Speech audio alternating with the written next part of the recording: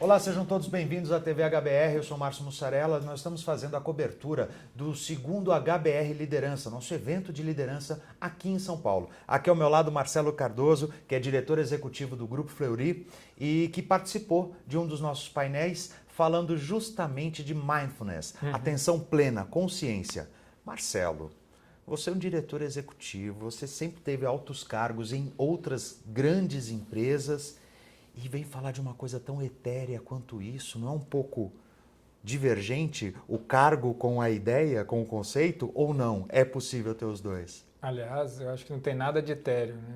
Infelizmente, quando você olha a taxa de mortalidade das empresas, a dificuldade que as empresas estão tendo de prosperar nesse ambiente de incerteza e de complexidade, para mim está muito relacionado à incapacidade dos executivos de estarem presentes e de terem atenção plena, né? No fundo, a gente acabou se viciando e o ambiente corporativo ele incentiva uma experiência que é do ser humano da incapacidade de estar presente. Ou seja, muitos de nós, a gente está aqui agora, mas está ansioso por algo que pode acontecer no futuro ou remoendo o passado. E isso acaba atrapalhando o presente. Atrapalhando. E basicamente as novas tecnologias pioraram isso, né? Porque além de ter esse fenômeno que é natural do ser humano, você ainda está numa reunião olhando para e-mail, ou seja, ainda a experiência de mindlessness ainda é mais efetiva. Então, quando você tem um ambiente muito incerto como o nosso, que dá sinais, uma característica de complexidade e de incerteza é que os sinais que vão te afetar são sinais fracos, que você precisa estar atento, né? E quando você está distraído, pensando em outras coisas, você perde essa capacidade de capturar esses sinais. Então, eu só acho que esse tema está aqui hoje porque ele virou uma necessidade. Eu não acho que... Eu particularmente acho que as transições todas acontecem por necessidade, não porque as pessoas acham que legal, vamos fazer. Certo. Então eu não acho ele nada etéreo e nem acessório. Eu acho ele fundamental para a gente lidar com os desafios que a gente está enfrentando. Como você hoje utiliza desse critério, desse conceito no seu dia a dia? E o que você trouxe para o nosso painel? Acho que eu trouxe um pouco disso, né? Eu dividi o painel com 3 pesquisadores, né? Então... Foi injusto, né, com você, né, Marcelo? Meio desequilibrado. Acho que a grande vantagem que eu tenho para eles, eu trabalho há 33 anos, então coisas que eles pesquisam sobre o ambiente do trabalho eu vivencio. O que eu procurei compartilhar foi um pouco, a partir dos conceitos que eles estavam trazendo, das pesquisas que eles têm feito, como eu tenho lidado com isso ao longo da minha carreira e da minha vida, particularmente nos últimos 15 anos, quando ficou muito claro que coisas que eu fazia para a minha vida, para a minha prática pessoal, para a minha prática terapêutica, faziam muito sentido se elas viessem para dentro da organização, e essa decisão eu tomei lá em 2000 no Hopi Hari de trazer isso para dentro do ambiente corporativo. Houve alguma resistência, houve algum estranhamento disso? Falando, o Marcelo vindo com essas coisas. Sempre vem. Eu enfrento isso o tempo todo Porque, como você falou, o próprio mundo corporativo, ele acaba exigindo uma determinada postura ou persona que às vezes não aceita, porque isso pode acabar parecendo que é ou uma fraqueza... Excêntrico, esotérico. Ou que você está se deixando vulnerável, né? Saindo do foco. E que, na verdade, você está entrando no foco, né? A metáfora que eu gosto de usar das empresas é que as empresas fazem musculação com o braço só. Então, elas ficam muito fortes no braço só, que é todo esse olhar para a questão objetiva, de processo, de resultado. Então, o sistema todo é muito hipertrofiado. Mas a realidade ela tem mais dimensões além da objetiva. Então, existe essa resistência de lá falar, mas que esse cara estranho. E, obviamente, quando você começa a falar desses temas, as pessoas associam a questões religiosas, associam... E eu fico muito feliz quando a ciência está convergindo, né? Um pouco até do que eu falei lá no...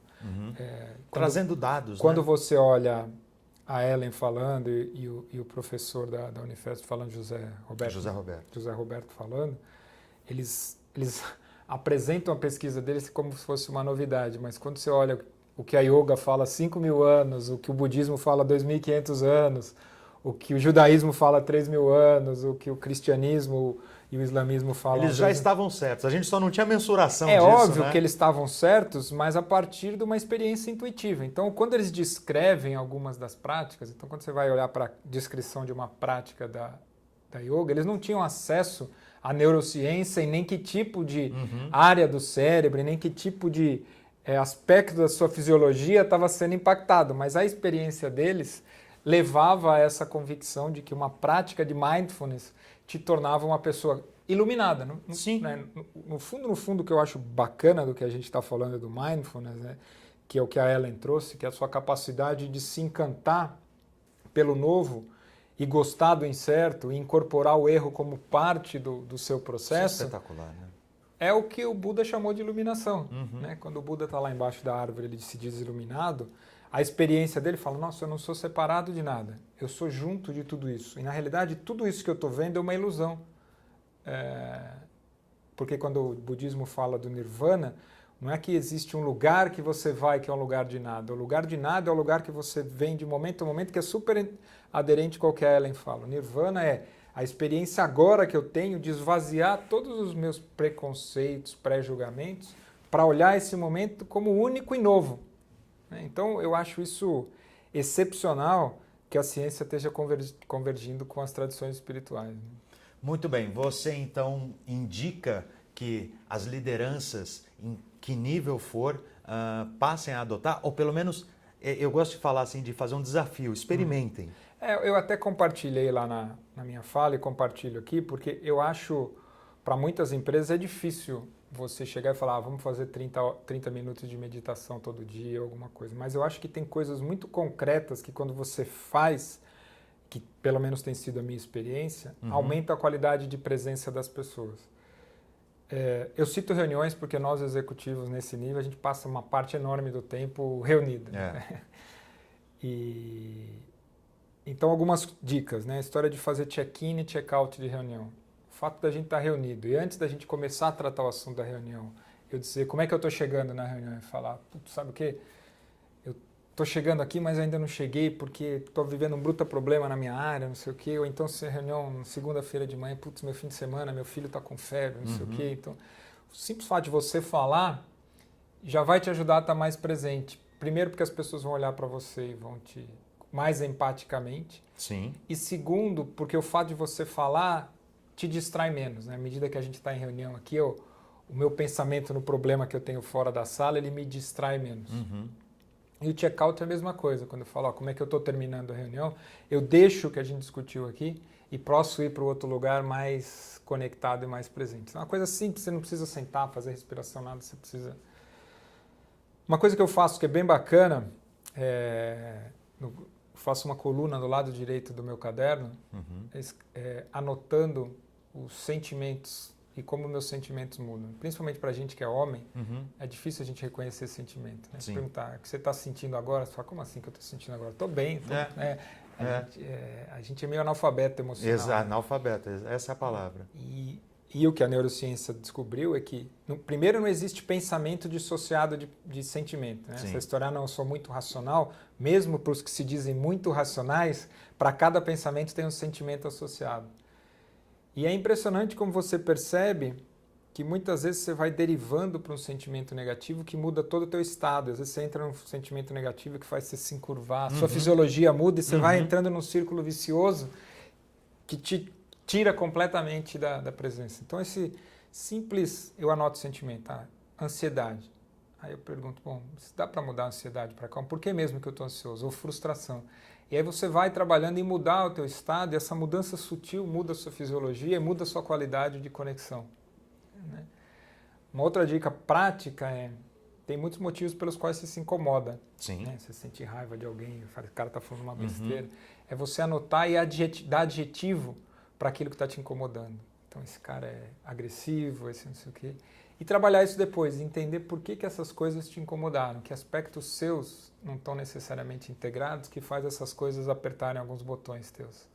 Né? Que isso é excepcional porque uma das coisas mais destrutivas no ambiente corporativo é as pessoas reagirem. Então, o cara fala alguma coisa, você sente raiva, imediatamente você reage. Vai no pescoço do cara. E entra numa postura de debate que é destrutivo. Quando você escreve isso, você dá um passo para trás e fala, opa, pode ser que aqui não é este cara que está me dando raiva, mas é alguma coisa que em mim não está bem trabalhada, que faz com que eu reaja. Então você respira e uma terceira coisa, que é talvez uma das mais efetivas, que é exercer gratidão.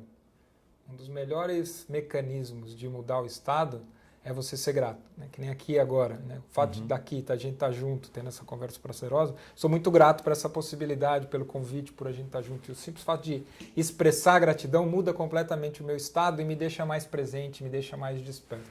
Então são coisas simples, são práticas de mindfulness que não necessariamente você precisa sentar, fechar os olhos, meditar e se concentrar, mas a professora Ellen trouxe isso, eu concordo plenamente com ela, não só concordo, mas os sábios, os gurus indianos e budistas falam isso, a meditação não é para você praticar meia hora e você vai para o dia completamente inconsciente. O mindfulness é momento a momento. Né? Como é que você é mais consciente e presente momento a momento. E não só, um destino, e não só é um caminho, é um né? processo, é a jornada. Então, eu acho que espero ter ajudado com essas dicas. Com certeza, muito obrigado. Obrigado, viu? E você, está consciente, com atenção plena? Pratica o mindfulness? Continue assistindo os nossos vídeos, que ainda tem muito mais dicas e conhecimento para você. TV HBR Brasil, continue conosco.